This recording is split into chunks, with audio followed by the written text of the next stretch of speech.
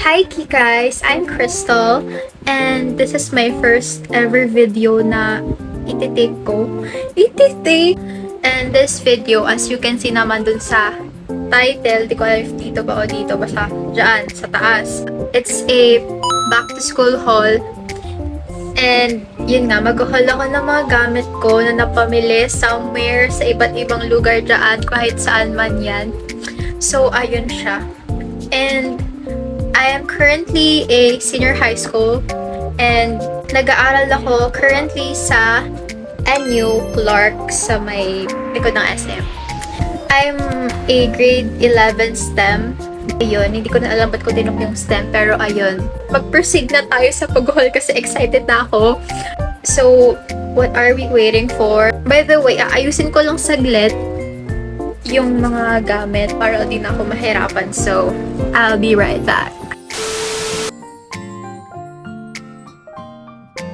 Okay, so I'm done fixing the supplies. First na papakita ko is yung mga papers and notebooks and etc. Ganyan.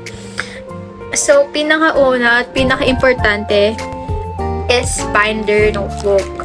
Ito siya.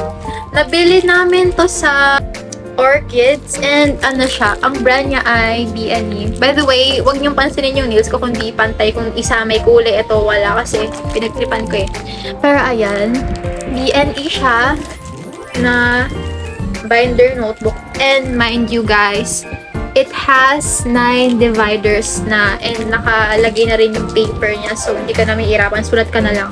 Tapos next ay yung mga papers ko, yellow papers. I don't know kasi, sabi kasi nila, puro na lang kami yellow papers. So, pero eto, dati pa to. Ang tagal ko na rin ito sa akin, tong Victory na yellow pad. Kasi I really love Victory. Pag nagsulat ka, ang smooth lang. Nag-glide siya ng maayos. And then, meron din tayo ng iba't ibang mga lengthwise. Ayan. Mga ganyan. By the way, hindi ako bumili ng kasi walang Victory dun sa Orchids na yellow pad. Yung brand niya is Veco. Maganda rin naman siya and same lang siya with Victory. Halos same lang din sila ng quality. Maganda naman. Next, etong binili namin sa Mr. DIY. It's a notepad. Pagkaano ko to, kapag merong mga importanteng bagay yung kailangan tandaan. Kunwari, assignments, ganon, activities.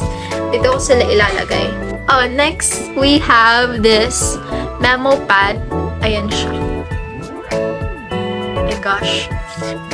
Galing to ng SM Stationery. Tapos we have here a notebook. Ayan, ang cute niya, no? Meron siyang paganyan-ganyan. Galing din to ng Canada. Binigay lang din to sa akin. Natanggal ko na yung ibang mga papers dito. Feeling ko magagamit ko siya. Baka kasi meron kami mga teachers na nire-require kami na gumamit ng normal notebook for note-taking. So, just in case. We also have binder refills. Ayan. Kasi natatakot ako maubusan. Galing to ng National Bookstores. National Bookstore. Ano daw? National Bookstore. Next, we have here a normal black notebook. Wala lang. Trip ko lang. Dotted pala siya. And grabe. Nagamit ko to nung grade 8. Grade 9. Let's move on to the stationaries. Let's start with the washi tapes. First time ko lang magka-washi tapes and grabe na cutean talaga ako sa mga to. Nabili namin to sa Mr. DIY and ang mura lang nila kaya kinuha ko na kasi why not? Next is tong sticker. Actually, nagamit ko na to. Eto, nagamit ko na yung... Tapos eto naman, bigay sa akin ng friends ko, si Giselle and si Nansen. Ayun yung sticker tsaka yung washi tape. Pero ayun, meron tayo dito. Anong tawag dyan? Correction tape. May correction tape tayo. Ayan. Nabili namin to sa SM, SM Supplies. Ayan. My gosh, SM, baka naman. Tapos meron tayo ditong Dati ko pa to nabili. Saan ba namin to nabili? Nalimutan ko na, basta nabili namin to dati pa ng grade 9? Ay, hindi, grade 10. Pero ayan, meron tayo dito. At last time student ka eh. Kailangan mo yan. Kailangan mo to. Importante yan sa buhay mo. So, eto, nabili namin siya sa Orchids din. Orchids Bookstore. 28 pesos siya ate, pero set na siya. Maganda siya. And ayan o. Meron siyang iba't ibang ruler. Straight. Okay, di naman talaga siya mukhang straight ate, kaya medyo ayan, tapos meron siyang parang paganyan. Di ko alam anong tawag doon, pero may ganun siya. Yung pangkat ng pangkat. Meron tayo dito triangle. Triangle ba tawag dito? T-square. Uy, T-square. Tama ba yan? Parang di naman T-square to. Basta triangle. Tapos meron tayong triangle talaga. Yung triangle siya. Tapos meron tayong protector. Protector.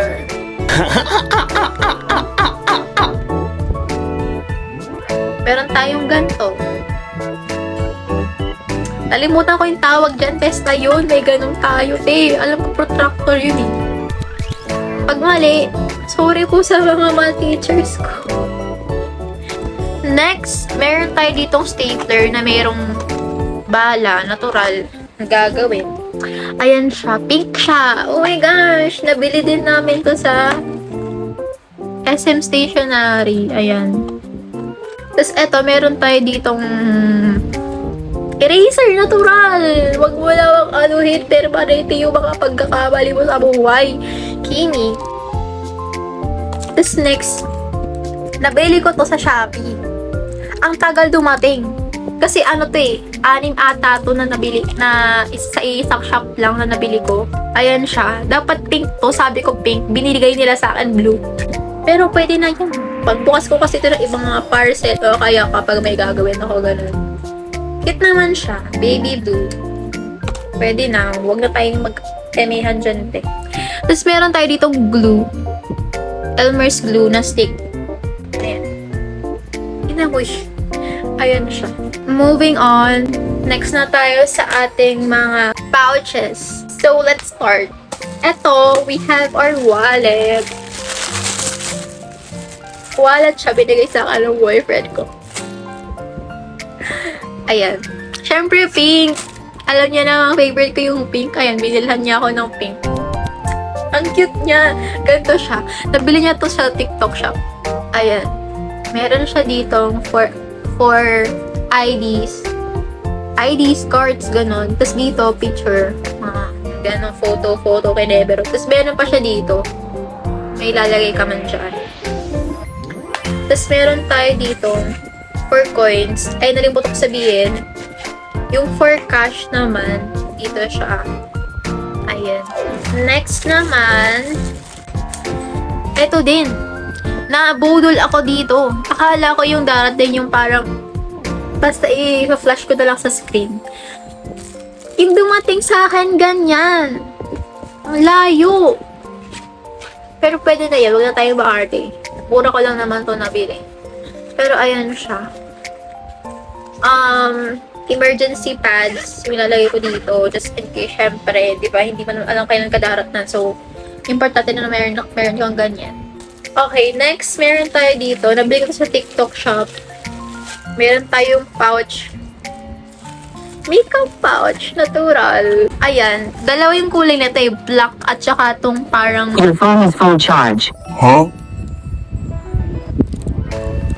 Hindi ako natutuwa, hindi ako nang titrip sa inyo. Tigilan niyo yung mga kabasusan na message, ha? Okay. So, dalawa kasi yung kulay na ito. Meron siyang black. Tapos ito yung isa, yung page. Siyempre, ito yung kinuha ko kasi nga, wala. Minimalist lang. Ito yung loob niya. Ayan. Meron siyang, nag-expand to, don't worry. Meron siyang, malaki yung storage niya. Kasi, hindi naman ako magdadala ng sobrang daming makeup ate. And dito ko lalagay yung ibang mga chuchu dyan. Next. Eto, inantay ko talaga ito ng sobra ate. Itong next and last sa mga pouch. Sa TikTok ko ito binili. TikTok ba or Shopee? I'm not sure, pero check ko na lang. My pencil case. Saan natin? Tapos meron pa siya here. Tatlo. Tapos meron siya ditong ganyan. Pero maliit lang dito. Pero feeling ko, lalagyan ko yun ng something. Ano lang. Makikayan, ganun. Pero as in, ate, kasya lahat dito. Pati yung aking science calculator. Kasya dyan. Yan. Yun yung mga pouch and kinemerot ko doon. Ganyan. Siyempre, after ng mga yan, dun tayo sa mga pens and pinakahihintay ng lahat. Madami ako marirecommend dito kasi lahat ng halos ng mga binili ko is mga favorite. Pero yun, naman tayo sa mga lowest to highest ko na i-rank. Ganun. Okay. So, lowest to the lowest. Ito. Nagamit na yung isang grade 6 pa ata ako nito nabili to. Wala. Nilagay ko lang dito para kunwari madami-dami akong binili. Ganun. Going to tell you the very na dapat nyo gawin. Kung may mga gamit kayo and alam nyo na pwede pa siya or magagamit nyo pa, gamitin nyo kasi sayang. Siyempre, if di mo ginamit, sayang yung perang pinangpili mo doon or pinangpili sa'yo ng parents mo doon. Kaya gamitin nyo. Or kaya if hindi mo na talaga gusto yung gamit na yun, pwede nyo silang ipamigay sa mga bata, kapatid nyo, gano'n. Or kaya sa fellow nyo na classmates. Second, na maganda naman to eh. Kasi hindi ko pa siya masyadong nagagamit. Sa base ko lang siya nagamit, pero ayan, nabili namin siya sa Mr. DIY. Maganda naman siya actually. Problema lang, hindi ko lang alam. Parang maliit kasi sa yung yung tip niya. Ayan siya. Super fine nung tip niya. Diba? Ang hirap mag-decide kasi halos na wala ng mga to. Favorite ko na. Siguro eto. Pero Faber-Castell. Bakit ba? Gusto ko ganun pag-pronounce. Faber-Castell, ayun siya. 0.5 to. Minsan kasi nagpuputol-putol yung ink niya kaya medyo hindi ko siya bet. Pero maganda pa rin yung quality niya. Next, lahat to kasi mga favorite ko na. Sanin ko na lahat para hindi na tayo mahirapan talaga. Pero eto, para siyang Muji pen. Bigay to sa akin ng teacher ko, si Ma'am Jelsie. Binigay to ni Ma'am Jelsie sa akin. Dalawa to actually. Yung isa ginagamit ko kasi kaya wala dito. Pero ayun yung red. Red tsaka black. Then, we also have Panda pens. Diba dalawa yung type ng Panda pens? Yung patusok siya. Basta yung pag ganun siya. Basta yun. Tapos ito yung favorite ko, yung ganyan na type. Next, we have here this. Di ko alam if alam nyo to. Hindi ko pala to sa Mr. DIY. Ay! Sa SM Supplies pala. Sa SM Supplies ko pala ito nabili. Itong Panda ball pen. Tapos ito sa Expressions. And then, we have here my Dong A na Q na pen. Ang ganda nito, promise. By the way, if may naririnig man kayong background noise dyan na parang kinukuskus, si papa ko yun kasi nga naglilinis siya ng doon. Kasi nga malapit ng fiesta dito. Ay, sa mga makikikain dyan. Ay, tirahan nyo kami. Ayan. 0.5 siya. And quick drying siya. Hindi siya masyadong nag-smudge. Next, eto talagang gamit ko to no grade. Anong grade ako na? Grade 10. Eto, from Pilot. Next, we have here. Nabili ko din to sa sa Expressions. Tong Pilot na to. And then we have here Flex Office na ball pen. Ayan. 0.7 siya. Nabili na din namin to sa Expressions. Ito naman, dati ko pa tong ball pen. Halata naman na gamit siya. Siya, pink siya, pero mukha siyang red. Pero pink talaga siya. From MNG. If alam yung MNG, if gumagamit kayo niyan. Tapos we have here, Pilot na G-Tech 23. C3, ayan. Dati rin to, nung grade 8 pa ako, nung online class pa kasi required kami magkaroon ng ganito for plate. Next, dun na tayo sa mga highlighters and kinemer, mga etc. Ganun. We have here, ito muna, itong mga to. Actually, meron akong isang pack nito, madami na siya, pero ang dadalhin ko lang is itong mga to. Mga purple and pink, tas meron tayo isang silver. Tas meron tayo dito mga mild liners na pens. Madami rin akong ganito, pero ito lang yung mga dadalhin ko kasi gusto ko ganyan lang. Binigay din to sa akin. Thank you po sa aking tito at mga pinsan sa Canada talaga. Next, meron tayo ditong glue pen na umuuso sa TikTok talaga. Nabili ko to sa Mr. DIY din. Ang mura lang nito. Joke lang, mahal pala nito. Ayan siya. Tapos meron tayo ditong Faber-Castell na highlighter. Actually, meron pa ako dong Stabilo. Pero, di ko muna gagamitin. Ito muna yung gagamitin ko. Nabili namin to sa Orchids. Mahal na ito, te. Oh, yun. Next is yung mga whiteboard markers ko. Ayan. Pilot, dalawa. Yung isa broad, yung isa ewan ko anong tawag doon. Basta yung normal lang. Ayan. Ito yung broad. Tong blue. Bumili rin ako ng whiteboard na board. Whiteboard. Ayan lang naman yung for the pens. Proceed tayo sa ibang kailangan pa. As a STEM student, kailangan mo to. Ang tagal na ito sa akin. Siyempre, as a STEM student, kailangan mo yan. Next naman, na kailangan mo din, payong. Kailangan mo ng payong, ate. Nabili ko, ay by the way, ito pala, nabili to sa sa Orchids ata to nabili nila mama. Alam ko sa Orchids nila to nabili. Going back, itong payong na to, nabili ko to sa TikTok shop. Mura ko lang kung nabili ate, mini umbrella siya kasi sa aking sa aking mini backpack. Or the cute. Hindi ko na bubuksan. Huwag kayong aimee dyan. Next, we have here